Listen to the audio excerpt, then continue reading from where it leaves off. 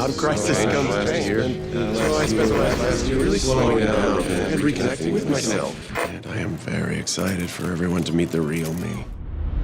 The Boys has been consistently pretty wild, and within the first few minutes of episode 1, it goes pretty wild with capital letters. And I think you know what I'm talking about. So I would like to ask you what your reaction was to the moment when Termite goes inside the penis and sneezes. You know, I read that on paper and I was like, wow, that is quite literally the biggest dick joke I've ever seen.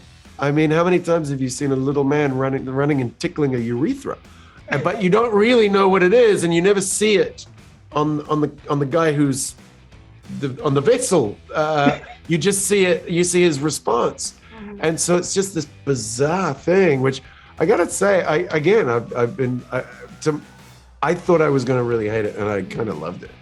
Yeah, I would say that my visceral response was arousal. I don't know why you look at me like I'm gonna back you up. Yeah, No. It was total shock.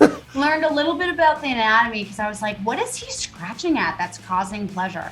But I think it's kind of a perfect introduction to season 3 because we upped the ante in season 3. We were scrolling through what are like the big superheroes we hadn't done yet.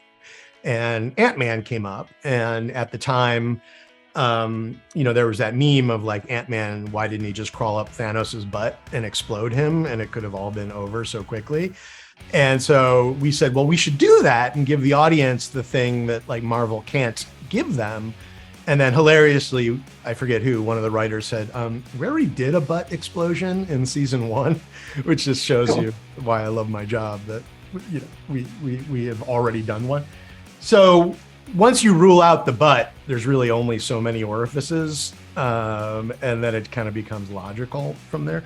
Oh man, I just remember reading that and being like, we officially topped the whale. I can't believe we did it. Yeah. First thing, we topped the whale. But I wasn't even there shooting that. Like, what was that like? I was on set that day, and I mean, I was squirming, but Frenchie, played by Tomer, he was saying that it's a different kind of uncomfortability for men. Oh, how uncomfortable did you feel? How did I feel? How uncomfortable did you feel? Listen, I just feel pretty desensitized to all that kind of shit with 3 seasons deep. I rammed a boat through a whale last season, so I'm like, it's another day at the office. A guy's dick exploding? Whatever. There's something wrong with Homelander. There's something broken. How does the show top itself? I mean, how far can season 3 go? There's no ceiling. I don't know how they do it. I honestly don't know how they do it. I will say that Kripke he's mentioned that he never wants to set out to top. Like he's never trying to raise the bar or level up or anything.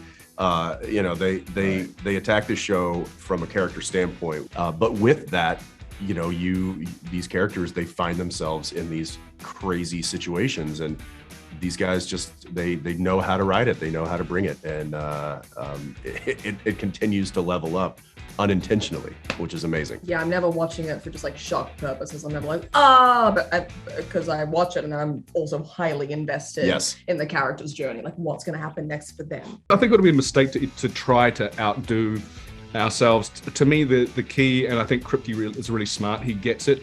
The key is to dive deeper into the characters and to write the show with more heart. And that's what brings people back, is because you care about these characters and you enjoy spending time with them. The limit does not exist. I don't know. The funny thing is now look, you could take that. That might not be an example of what I'm about to say, but I think where things go for the rest of the season, there's some pretty bizarre things that happen for sure. Mm. But as is the case with most of the bizarre, more extreme moments in this show, they're usually linked to the wants and the drives of the characters. So yes, we have these bizarre, extraordinary moments, but underneath it is something going on. I'm not sure how the aforementioned termite thing, exploding dick thing, fits into that. But later on, for sure, there's some very intense, crazy moments, but they are really anchored in the characters.